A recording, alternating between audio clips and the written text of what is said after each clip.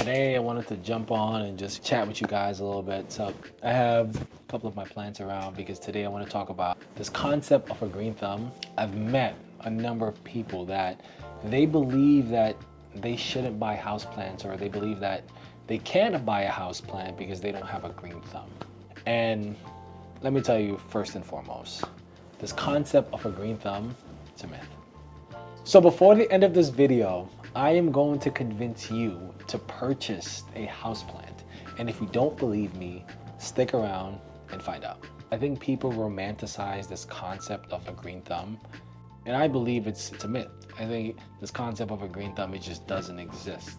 It's more than a belief. I will die on this hill that this concept of a green thumb is just proper preparation. It's just being prepared for the plant that you're gonna bring home in-house. When I explain to people that, hey, you can own a plant, you don't have a green thumb, I like to use the analogy of giving birth to a baby. Before you have a baby, you make certain precautions before that baby comes home. You will make sure the baby has the proper food, pampers, clothes, etc. The same concept with plants. When you're gonna buy a plant, like this is a bird of paradise, this is a Monstera, you will do the research and figure out the needs of the plant. You look up their lighting needs, their water needs, you look up their fertilization needs, and you make sure that you can accommodate these things for the plant, and that's it. And believe me, when it comes to anything with preparation, it doesn't always go according to plan, okay? You can prepare to the best of your ability. So once you research the plant, and then you finally bring them home, you can give them everything they need, the right amount of light, the right amount of watering, and then the right amount of fertilization. But in some cases, the plant will still die. And that's okay, because it happens. Even for me, I have a number of plants at home, and I have experienced this as well. I used to live in New York. I used to have a room in an apartment where it was a south-facing window, and I had a Monstera by the name of Christine. And yes, I named my plants. This is Tara, and no, I'm sorry. This is Tara, and this is Sophie. Anyways, so I had a Monstera, and she was huge. Her name was Christine. I used to call Christine my big body Benz, right? This right here, this is Christine. Christine is my big body Benz. See how beautiful Christine is? Take a look. At the time when I had Christine, I had her in the south-facing window, so she was getting bright, indirect lighting. In the summertime, I would fertilize her every 2 weeks. So Christine was flourishing. Like, I had no issues with her. I moved to Massachusetts. I moved to this apartment where it wasn't really a south-facing window. And so, first thing, Christine wasn't getting as much sunlight as she used to. And on top of that, the winters here in comparison to New York were like glum. First winter I was here, I noticed that Christine, she wasn't like her usual uppity self. And I know that sounds kind of weird, but as a plant parent, you will get it, okay? When your plants are like going through things, they start to legit frown. Anyways, so she was frowning a lot. And I just chopped it up to, oh, she's not getting enough sun. So I bought some grow lights, because I'm thinking that she's coming from a place where she was getting a lot of sunshine, and now she's not getting enough sunshine. So I'm thinking, okay, maybe it's the sunshine. So I bought her some grow lights, and nothing was changing. And then leaves started to wither. I'm thinking, okay, maybe I'm overwatering. Every time I noticed that something was off with her, I would try to figure out a way to fix the problem. Mind you, I've never had these issues with her, so I didn't know. Remember the analogy I used about the baby now. Once the baby's home, the baby's crying, you're trying to figure out what's wrong with the baby. Does the baby need food? Does it need a diaper change, a shower? So I'm essentially trying to figure out what Christine needed. I'm gonna fast forward. We're here for a year, and I haven't figured it out. Until I realized that Christine had these little tiny white bugs that was under her leaf. Never seen it before, I had no idea what it is. So I do as everyone does, I go to the internet and start Googling. Come to find out, these were what's called mealybugs, and apparently they suck the life out of your plants. So then, after realizing and understanding what these bugs do, I started realizing the symptoms that she was showing me was a direct result of these bugs. So what do I do now? I said, okay, how do I rid Christine of mealybugs? Neem oil. So I purchased neem oil, and then I essentially wipe her down with the neem oil. What I failed to learn was that neem oil needs to be diluted I plastered her with neem oil, and then because it's like a thick layer, it prevented her from getting sunshine, and more leaves started to die, and before you know it, Christine was at a point where she couldn't be saved.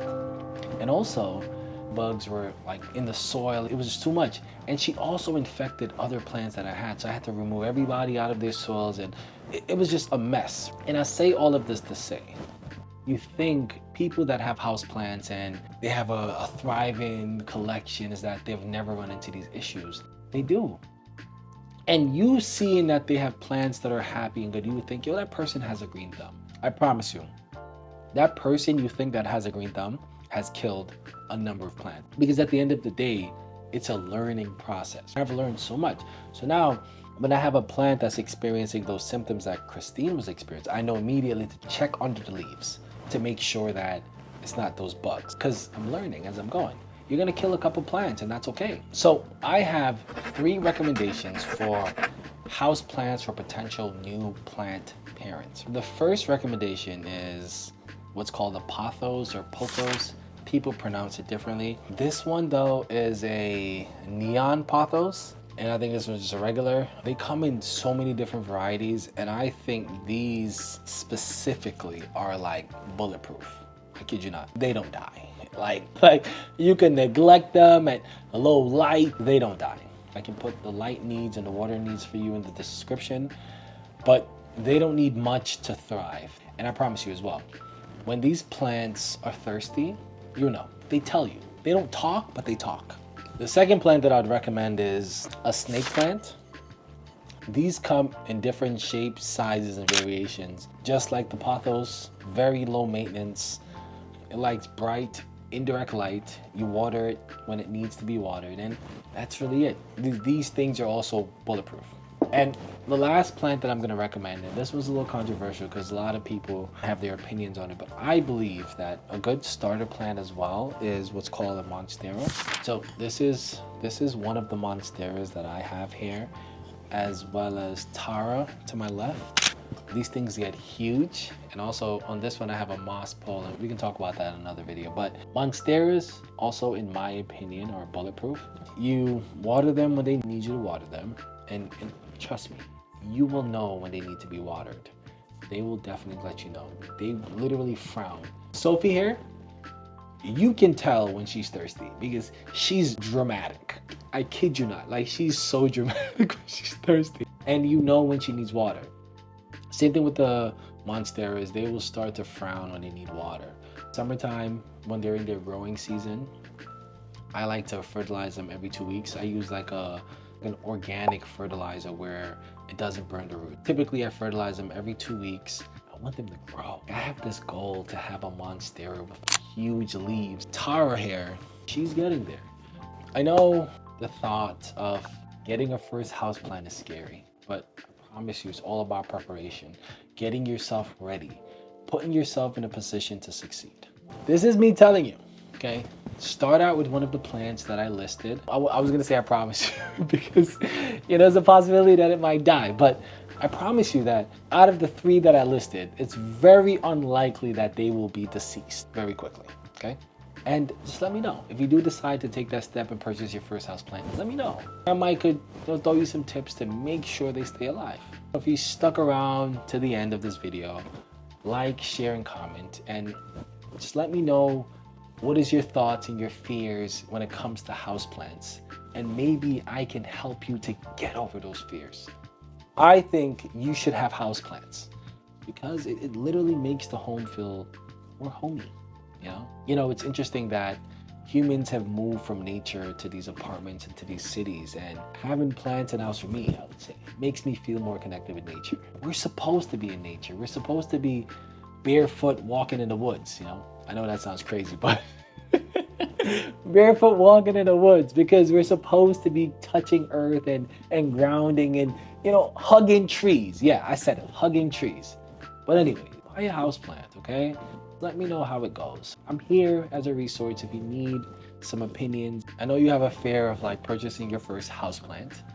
However, don't be afraid to share this with someone that's sharing that fear with you. Let me be that encouragement to get this ball rolling. And I'll definitely see you in the next video, okay? Appreciate you being here. Peace.